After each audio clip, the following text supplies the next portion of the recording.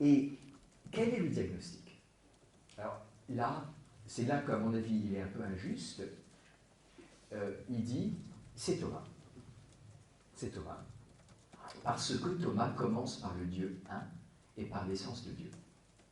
Et il le traite sans considération des personnes.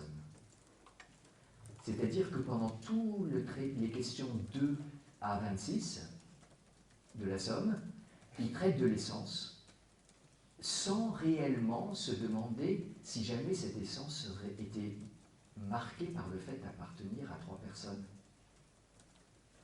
Ça devrait changer quelque chose à l'essence de Dieu. Mais non, c'est l'essence toute puissante, l'essence bonne, l'essence éternelle, etc., etc.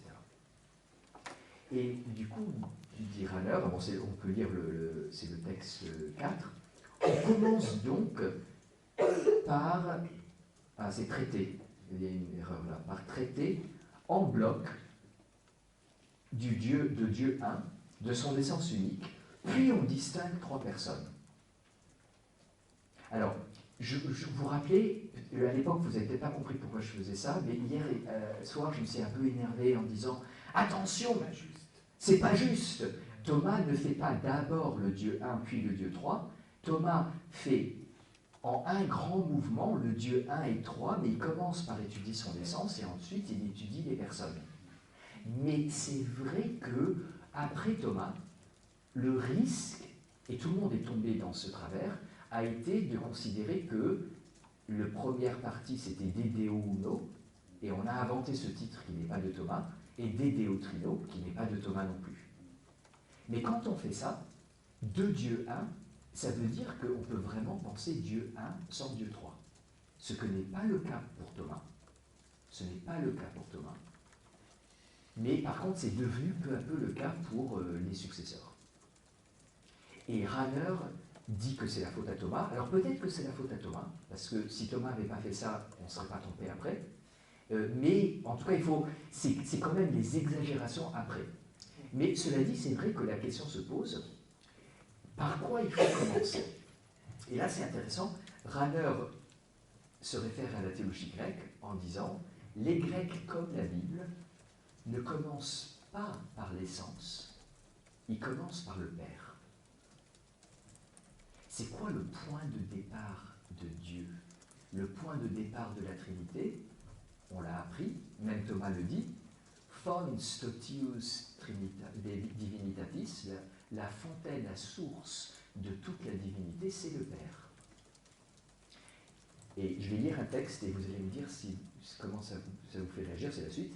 L'écriture et la théologie grecque demanderaient au contraire que l'on parte de Dieu 1. Oui, il faut partir de Dieu 1, de cet être qui n'a aucune espèce d'origine et qui est le Père, pas l'essence.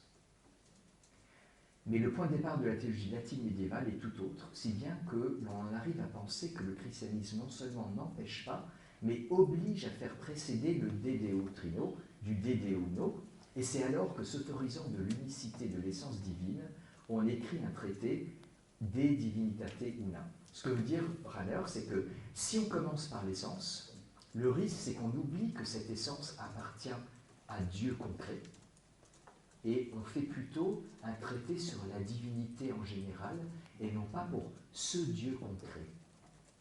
Et comment il faut faire pour parler de ce Dieu concret? Il faut partir du Dieu 1 tel qu'il est dans le Nouveau Testament. Et là, il y a quelque chose qui a provoqué plein de débats.